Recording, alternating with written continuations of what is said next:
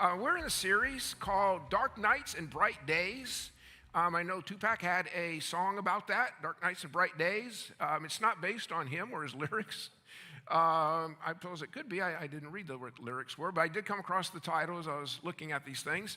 And the idea is that while there are dark nights that we go into, those dark nights have a way of reducing us into a small puddle of fear sometimes, but at the same time, those dark nights often turn into our brightest days. And it's only from those dark nights do we find a much better life, especially if we let God lead us from the dark night into the brighter day. Many times, tragedies happen along with wonderful blessings in our life at the same exact time. It can be kind of confusing and head spinning, but that's just how God goes. The Bible talks about dark nights, talks about emptiness. And when I talk about emptiness, what I'm thinking of is that feeling that you just don't have anything else. That comes up sometimes when you're terribly lost. We don't get lost in directions anymore, driving like I used to do, is terribly lost. We don't have that anymore thanks to satellites, but we still have that sense of I don't know where I'm going or what I'm doing. It's that sense of loneliness. I'm just here all by myself. There's nothing else. Nobody else wants to be with me. Nobody could really care. I'm just stuck out here. It's that sense of anxiety. I don't know what to do, and whatever happens, it's not going to be good. Along with that comes that depression that comes in, but a lot of it's a fear of what is out there, fear of the next thing. It's the fear. So it's that emptiness is that sense of lacking. But emptiness is such a vital word for the Christian.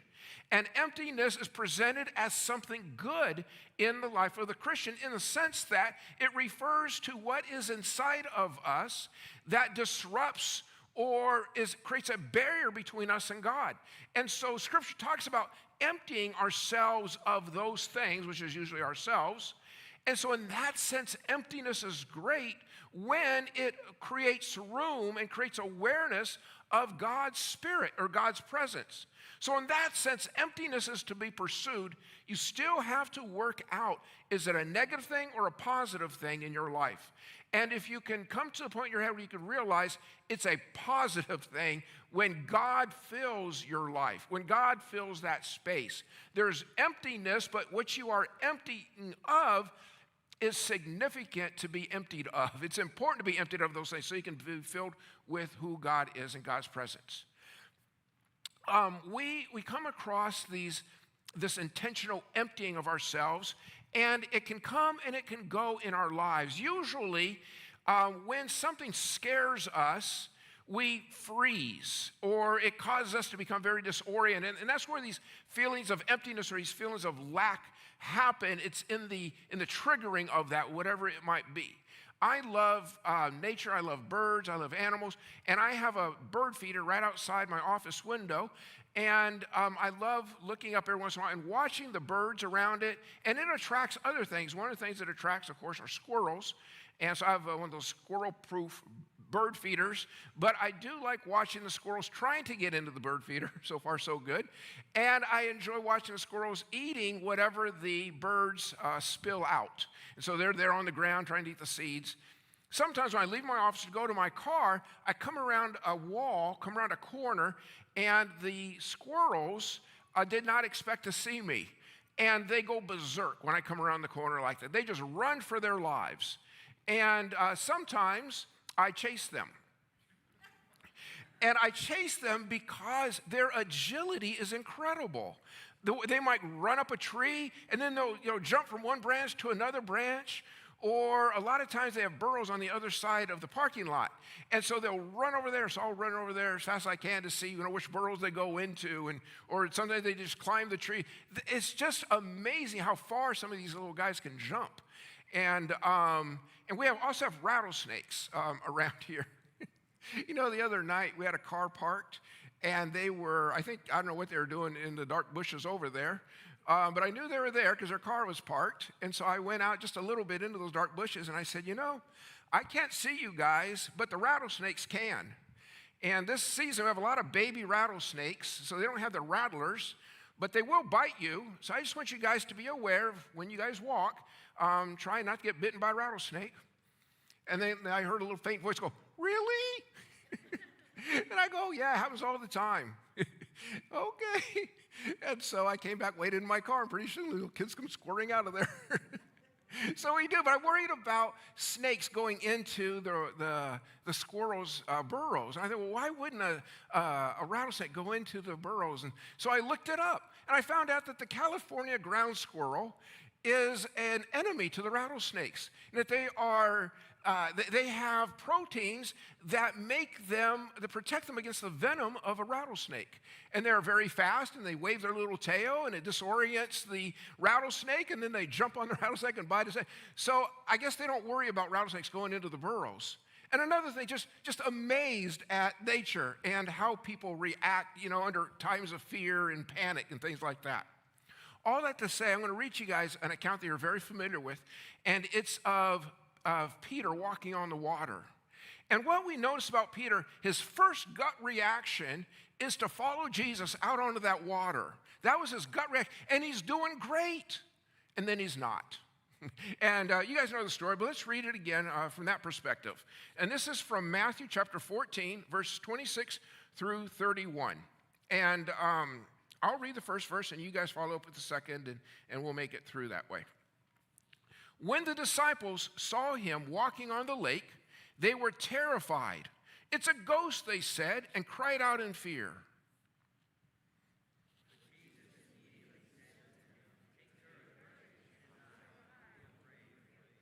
"Lord, if it's you," Peter replied, "tell me to come to you on the water."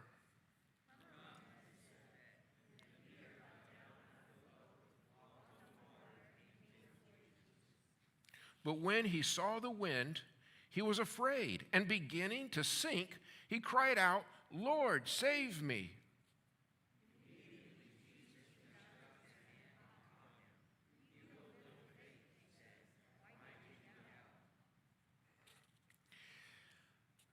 The heading that I have for this section here is God sees the emptiness in our life as his greatest opportunity.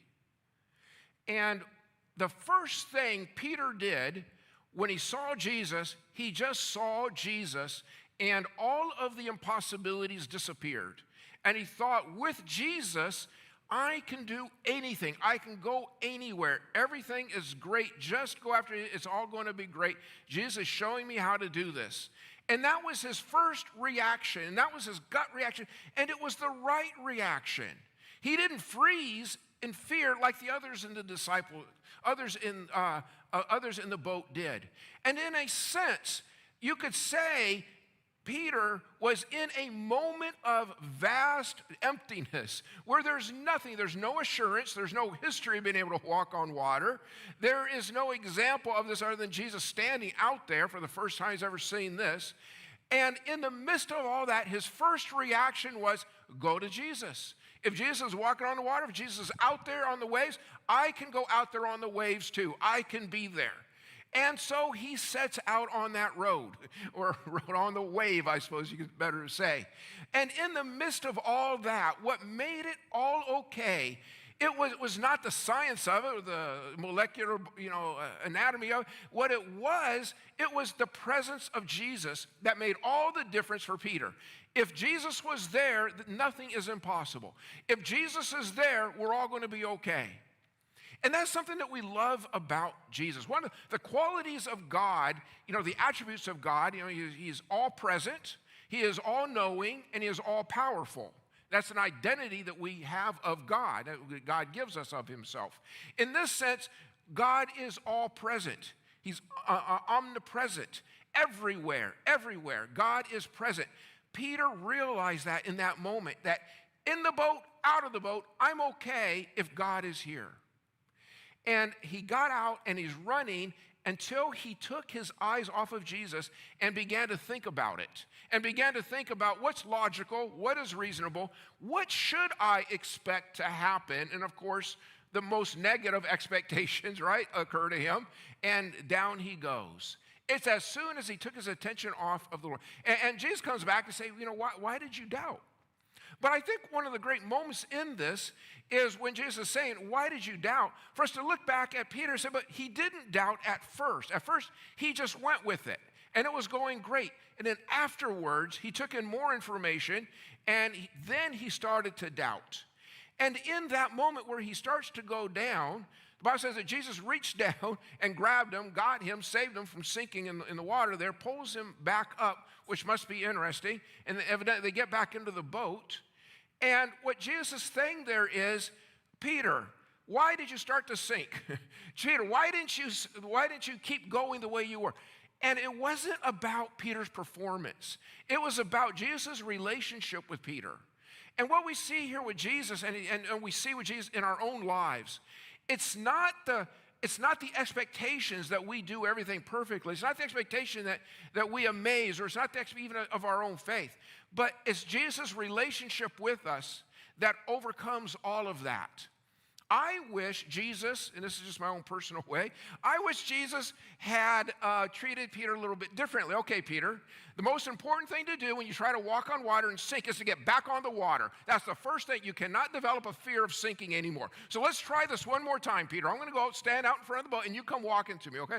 You know, or like a little kid with a training wheels, or a dad behind, or a mom behind, you know, holding the kid up as he's trying to learn to ride a bicycle, and the kid's just pedaling away, and at some point, the parent can let his hands go, right? And the kid still is still going. And the kids, sometimes they scream out, don't let go, don't let go. You let go a long time ago. Sometimes they realize you let go, and they look back and they crash. But other times they get all excited. Look, I'm still going, I'm still going. And it wasn't the physics of walking on the water for Jesus with Peter. It was that faith thing. It was all about, Peter, why did you doubt? And it wasn't, Peter, why did you doubt because now you can't walk on water? It was more in a bigger picture, Peter. The lesson here is, as long as you don't doubt, as long as you believe, we're right here. We're going to make this thing together. And I think in the midst of all of the emptiness that Peter would have felt by sinking, and now he feels alienated, now he feels dumb, and he feels, you know, like, geez, that was really crazy. What am I doing? What's wrong with me? I'm certainly not Jesus. He's got all these different thoughts going on, all that full emptiness. Yet inside of all of that emptiness is the presence of Jesus. Inside the emptiness was the presence of Jesus. And I think that's one of the lessons for us in our lives to learn, that inside of all of the emptiness, right there is the presence of Jesus. And I like this idea. The only thing we lose in our darkness is our fear. That's the only thing we should lose in the times of darkness, is our fear. And if we can begin to see emptiness, not as the absence of God, but emptiness as the full presence of God, that God is there, He is everywhere, then we can begin to walk in the way that He wants us to walk, and certainly walk without doubting, and walk actually in faith, and not fear. When we begin to see the emptiness as being occupied and filled by God. And if we can lose our fear of the emptiness, then we are well on our road to where God wants us to be in our relationship with Him, and living the life that God has called us to live and wants us to live. If we can get rid of our fear, and we can live in faith instead. And that's where God is taking us. Now, what set Peter apart from the other disciples in the boat? Peter was certainly very strong. He was certainly very courageous. He was certainly very brash. Those are all strengths, but that's not what made the difference for Peter in that moment. What made the difference for Peter in that moment was how he was able to look in the face of his shortcomings and feel no fear. For some reason, Peter always knew what his weaknesses were, always knew how impetuous he was, always knew how he's going too far and whatever it might be. He knew that about himself. But in the face of that, he looked at that and felt no fear. He was fearless. He was absolutely fearless. And so many times you and I, what we want to do is be free from our faults, be free from our problems, be free from the barriers. But that's not what God is calling us to. He is calling us in spite of and in the presence of even our fears, our shortcomings, our faults, to be free from the fear of our shortcomings, to be free from the fear of our failures, to be free from the fear of our barriers and things that we do wrong. Be free from the fear of those as we follow and we walk in the way of Jesus. I have a good friend, and he got into a conversation with, he's a good Christian. He got into a discussion with an atheist where he works. And he said something very interesting. He was telling me about the conversation. And I thought, that's a really interesting perspective of that. And the friend was talking about how God does not exist and going through all of, the science behind it. And he's talking about, somehow the expanding universe came into it. And my friend said, well, if the universe is expanding, he says, what's it expanding into? And the guy's, I don't know if anybody's ever said that. He said, well, it's got to be expanding into something, right? It can't be, it can't be like a big glass globe out there that only expands so far. He says, and if it expands into something, there's got to be something there. And he was telling me about this, and I thought, I think that's a really great question. If the universe expands, what's it expanding into? And I haven't asked any AI what it is it's expanding into, but I just like the question. And I think a way a Christian would have to answer that question, or could answer that question, is to say, well, you're expanding into God. You're expanding into God. That's where God is. You're expanding into that. And so that kind of becomes the explanation of everything. Anytime we're in darkness, anytime we're lost, every time we're empty, what we have here is the presence of God. I did ask AI this question. I did, because I was thinking about that and astronomy and all those things. And I asked this, in our galaxy, how much emptiness is there? What percentage of our galaxy, the Milky Way galaxy, how much of it is really empty? And what did the answer come back as? Is most of you probably know, it's 99 point, then a long series of nines. It's just emptiness. And so these planets and these stars are so far from each other. Hundreds of millions, not hundreds of millions in our galaxy, but hundreds and thousands of light years apart. Like our own galaxy from one end to the other, if you think of it like a donut, it would be 100,000 light years from one edge of our galaxy to the far other edge of the galaxy. And it's kind of like a donut in the sense that it's much wider than it is deep. And if you go deep, then it's about 1,000 light years. And so you could actually be out there in a spaceship, and however fast you travel, you're still going to spend many lifetimes without ever going by another star or another planet. There's just not that many stars and planets. It's emptiness. That's what there is so much of in our universe, is emptiness. But what does that mean? That there means there's nothing? No, it means that's where God is. God is in that, he inhabits that huge emptiness. Now let's take it on the opposite side of it. Let's take it down to the atomic level. And if you were to expand a proton and a neutron, a nucleus, or if you expand that up until the size, let's say even of a grape seed. Grape seeds are very, very small, aren't they? If you expand up to the size of a grape seed, how big exactly is that, what they would call the electron cloud, or even the orbit, where the electrons are orbiting around that? How far out do those electrons orbit? And there's not that many electrons, right, in an atom.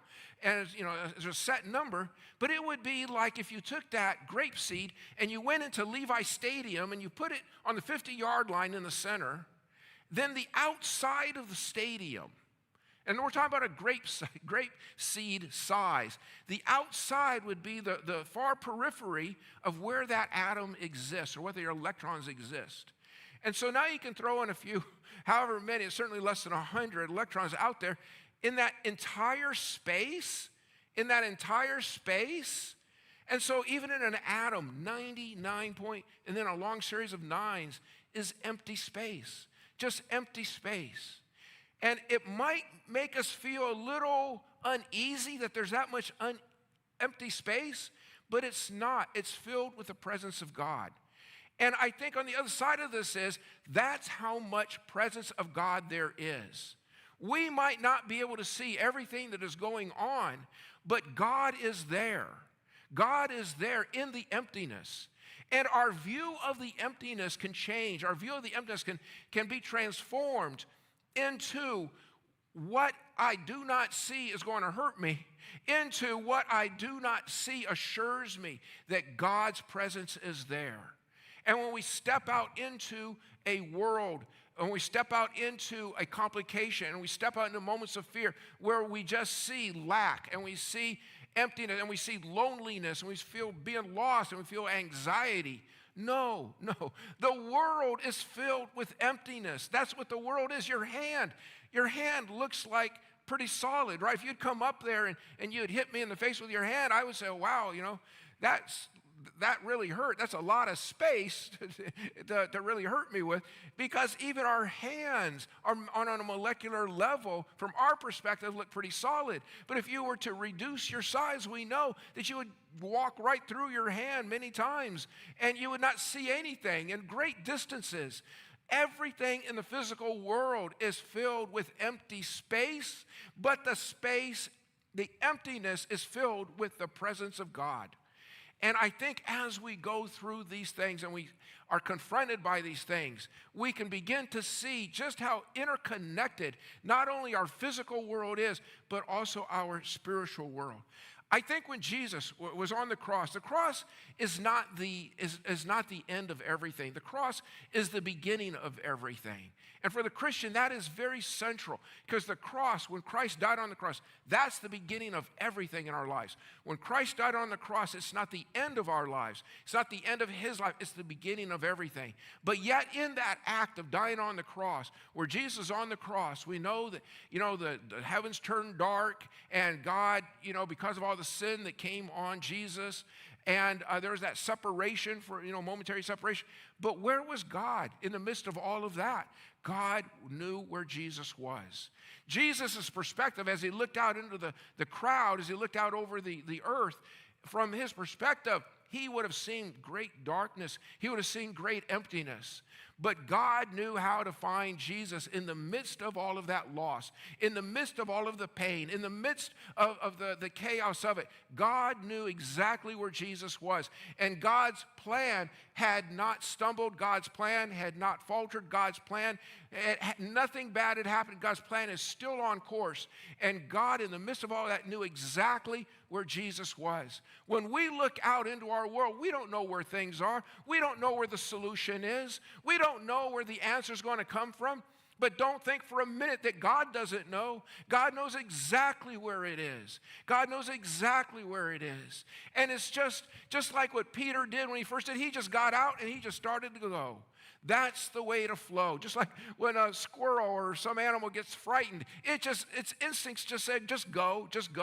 Do what is in your nature, just go, and you'll be okay. That's what God is telling us. In the midst of what appears, if we take a second look at it, might scare us, God is saying, no, I'm here. Go out into the darkness. Just flow right out. I am there. I am with you. I will go with you. I read a story this week that reminded me of an experience I had. And I could share my experience, and I probably have in the past, but I'll share this experience from somebody else. And it was this guy named Bruce Van Buren. And Bruce, he had a good friend when they were growing up in Maine. And then over the years, they parted ways. Both of them, one moved away, one moved to Massachusetts, and they just stopped contacting each other. And then one day, many years later, decades later, one day Bruce, he begins to feel that he should call his friend. And he's like, well, I don't ever talk to him. I don't even know if I could find his number. And he kind of just, why do people pop in your head, right? He kind of tried to disregard it. And more time went by that day, and into the evening, he couldn't think of anything else. Hey, you need to go see your friend. And he said, I'm going to go see my friend, I should call him, but no, it just never let up. He thinks, the guy lives 2 hours away from me. I'm not just going to show up at his house. How weird is that? And so he told his wife, and his wife said, okay, that sounds kind of crazy, but whatever, if you want to go, go. And no, I don't want to go. I'm not going to go. I'm going to stay here. So, of course, he goes to bed at night, and he's doing everything he can to think of anything else, trying to get his mind off this crazy track. But he can't get his mind off of it. He keeps going back to his friend. And here he was at 1:30 in the morning, and he still can't get his friend out of his head. And he says, okay, that's it. I'm giving up. I'm just going to drive 2 hours. I'm going to go to his house and see what's going on. And I cannot find peace until I do that. So he gets in his car, tells his wife tells him he's crazy, gets in his car, and he just goes. Gets to his friend's house at 3:30 in the morning. And he's sitting out there in the car, and he's thinking, if I go and knock on that door, what's to keep him from shooting through that door and killing me? He thinks it's a burglar, so who comes, knocks on somebody's door at 3:30 in the morning? But he gets up the courage, and he goes to the door, he knocks on it, no response. I go, oh, good, maybe I can go home. And he starts to go home, and he comes back and says, ugh, I'm not allowed to go back in my car. I can't get rid of this. So he goes back to the door, he knocks on it again, no response. He says, oh, can't I just go now? And so he goes back to the door, knocks on it a little harder, and then he sees a light come on, and he hears footsteps, and he says, oh, this guy's going to kill me. This guy's going to think I'm the craziest guy in the world. And so he comes to the door, and the guy opens the door, and he goes, Bruce, what are you doing here at this hour, And, well, come in. And so Bruce tells him, he says, look, I just felt like God put you on my heart to talk to you and to find out if you're okay. And he says, I appreciate God putting you on my heart. That's great. But I don't know what God might be referring to. I'm doing very well, And they talked for about an hour, and then finally Bruce felt like a complete idiot. And if he had had a tail, it would have been through his legs. And he said, okay, I got to go home. And he drove home and told his wife, no, I don't know why I went, Bruce. I don't know why I went to see my friend. He seemed fine, and I just don't know. And he did everything he could to forget about it. 3 months later, his friend has to drive through the town where this Bruce lives. Bruce lives in Andover, Massachusetts. And I'll read to you what he said. And when he got to Bruce's house, he says, Bruce, I have to be honest with you. I didn't tell you what was really going on that night you showed up at my house. And he said, the truth is, I was sitting in the dining room in the dark with a loaded revolver in my hand. It says what Bruce's friend said next, he has never forgotten. You didn't have to say a word. I knew only one power in the universe could have brought you to my door at that particular moment. I had drifted far from God, but in that moment, I knew God still cared about me. So I decided I better hang around a little longer to see what God wanted me to do. Let me tell you what. The darkness is not as dark. It's not darkness to God. It's light. And what we say is empty, God says, no, it's filled with my presence. I am there. And the connections that God is making in what we think is emptiness, vast emptiness, is God's solution. It's God's salvation. It's God's leading and guiding us, as blind as we might be. But he leads us very carefully. And I think the question that Jesus would ask all of us is the same thing. Why did you doubt? What was there to doubt about? Why do you ever doubt? Why do you ever doubt? Just trust in me, trust in me. And we see that. Honestly, it seems like for every atom in the world, there seems to be a Bible verse that says, trust in me in some form or another, doesn't it? That's all that God says to us. That's all that God says to us.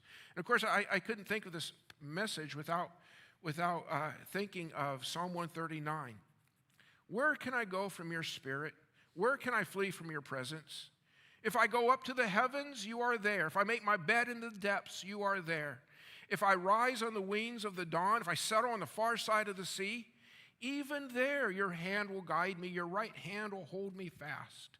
If I say, surely the darkness will hide me, and the light become night around me, even the darkness will not be dark to you. The night will shine like the day, for darkness is as light to you.